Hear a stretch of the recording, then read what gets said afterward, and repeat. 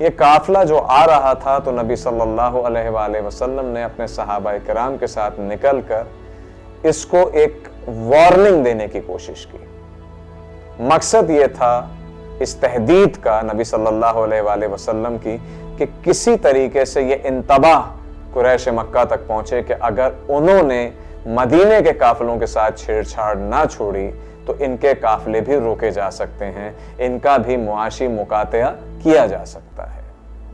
بعض تواریخ میں انتہائی جسارت کے ساتھ یہ جملہ لکھا ہوا ہے جو کہ شان رسالت کے انتہائی خلاف ہے کہ نبی صلی اللہ علیہ وآلہ وسلم اپنے اصحاب کے ساتھ کفار کا یہ قافلہ لوٹنے کے لیے نکلے تھے۔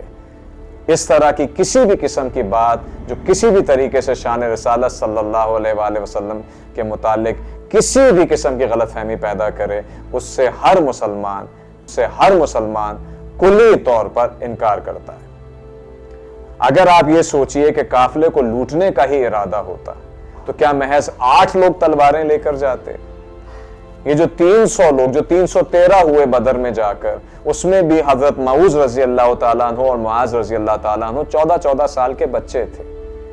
کیا ڈنڈے لاٹھیاں لے کر ایک قافلے کو روکا جاتا ہے جس کی حفاظت کا بھی کوئی نہ کوئی بندوبست تو ہوگا؟ جب 50 لاکھ دینار کا، اور یہ 50 لاکھ دینار کرنسی نوٹ کی بات نہیں کر رہا، 50 لاکھ سونے کے سکوں کی بات کر رہا ہوں۔ تو یہ اس طرح کی مطلب بعض جگہوں پر یہ باتیں لکھ دی جاتی ہیں جو کفر شان اسلام کے مترادف ہیں۔ ان چیزوں میں بڑی احتیاط کرنی چاہیے۔ بالخصوص آج کل نوجوانوں کو اپنے دین کو بڑے اچھے طریقے سے سمجھنا چاہیے، اور دین سمجھ میں آتا ہے سرکار ختم المرتبہ صلی اللہ علیہ وآلہ وسلم کی سیرت کو سمجھنے سے۔ سرکار ایک انتباہ دینے نکلے تھے۔ ابو سفیان کو یہ اطلاع مل گئی۔ ابو سفیان نے مکے والوں کو اطلاع کی۔ مکے والوں کو جب اطلاع ہوئی تو ابو جہل تو موقع کی تلاش میں تھا۔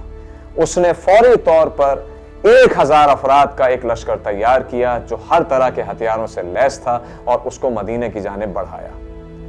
بہانہ یہ تھا کہ ابو سفیان کے اس قافلے کو، قریش کے اس قافلے کو بچانا ہے۔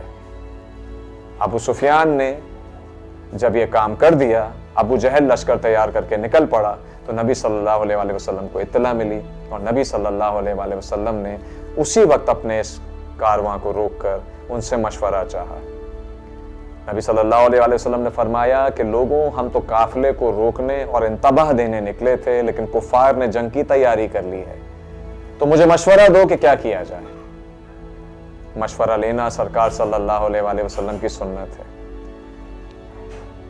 مہاجر صحابہ کرام میں سے حضرت مقداد رضی اللہ تعالیٰ عنہ کھڑے ہوئے اور کہا، یا رسول اللہ صلی اللہ علیہ وآلہ وسلم، آپ سے پہلے ہم ایک دوسرے کے خون کے پیاسے تھے، ہم مردار جانور کھایا کرتے تھے، ہم دنیا کی بدترین قوم تھے، اور آپ کے آنے سے اس دین اسلام کے ذریعے سے ہمیں عزت ملی۔ یا رسول اللہ صلی اللہ علیہ وآلہ وسلم، اگر آپ ہمیں دنیا کے کناروں تک چلنے کا بھی حکم دے دیں تو ہم اس میں پس و پیش سے کام نہ لیں گے۔ نبی صلی اللہ علیہ وآلہ وسلم نے حضرت مقداد اور تمام صحابہ کرام کو دعا دی، اور ایک بار پھر فرمایا کہ لوگوں، مجھے مشورہ دو کہ مجھے کیا کرنا چاہیے۔ انصار بڑے زیرک اور ہوشیار تھے، وہ سمجھ گئے کہ سرکار صلی اللہ علیہ وآلہ وسلم ہماری رائے جاننا چاہتے ہیں، تو اس بار معاذ بن جبل رضی اللہ تعالیٰ عنہ کھڑے ہوئے اور فرمایا کہ یا رسول اللہ صلی اللہ علیہ وآلہ وسلم، آپ کی آمد سے پہلے ہم قبائل اوس و خزرج میں تقسیم تھے اور ایک دوسرے کے خون کے پیاسے تھے۔ آپ کے آنے کی وجہ سے مدینے میں امن ہوا، ہمیں ایک ایسے دین سے روشناس ہوئے جس نے ہمیں ہماری نظروں میں بڑا بنا دیا۔ ہم اس مقام کو کبھی گنوانا نہیں چاہیں گے یا رسول اللہ صلی اللہ علیہ وآلہ وسلم۔ اگر آپ ہمیں سمندر میں کودنے کا بھی حکم دے دیں تو ہم اس میں پس و پیش نہ کریں گے۔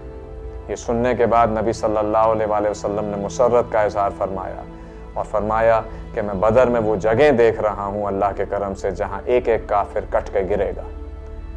یہ مختصر سا کارواں جس کے پاس کل 8 تلواریں تھیں، 2 گھوڑے تھے، بنابر روایت 60 اونٹ یا 70 اونٹ تھے، یہ قافلہ بدر کے میدان میں پہنچا۔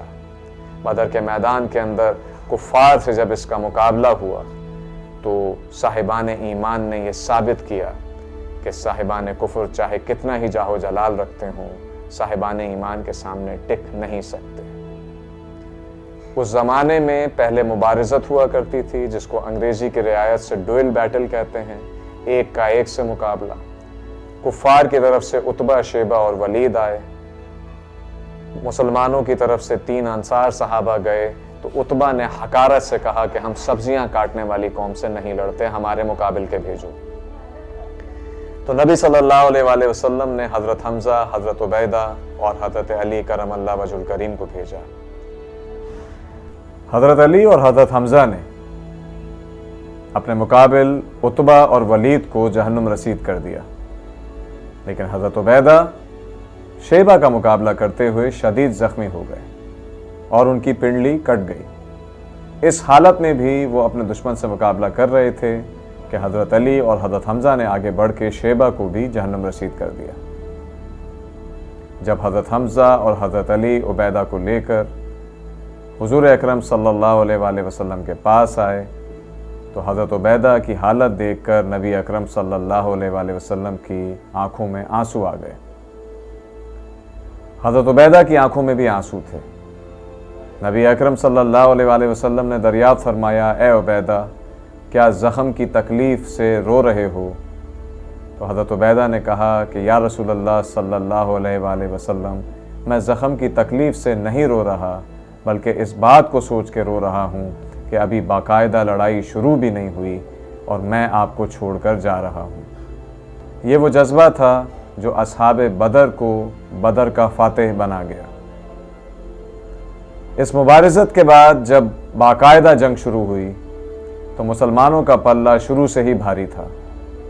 اگرچہ کہ مسلمان تعداد میں بہت کم تھے، ہتھیاروں کے لحاظ سے بہت کمی تھی، لیکن مسلمانوں کا جذبہ ایمانی ہر شے پر بھاری پڑ گیا۔ جنگ کا اختتام بہت جلد ہو گیا۔ 70 کافر جہنم رسید ہوئے، 70 قیدی بنائے گئے اور باقی سب نے راہ فرار اختیار کی۔ 70 کفار جو جہنم رسید ہوئے، ان میں سے 35 کو حضرت علی نے اکیلے جہنم رسید کیا۔ 14 صحابہ کرام درجہ شہادت پر فائز ہوئے، جن کو وہیں میدان بدر میں سپرد خاک کیا گیا۔ بدر کی اس لڑائی نے جزیرہ نمائے عرب پر ایسے اثرات مرتب کیے کہ جس کی مثال نہیں ملتی۔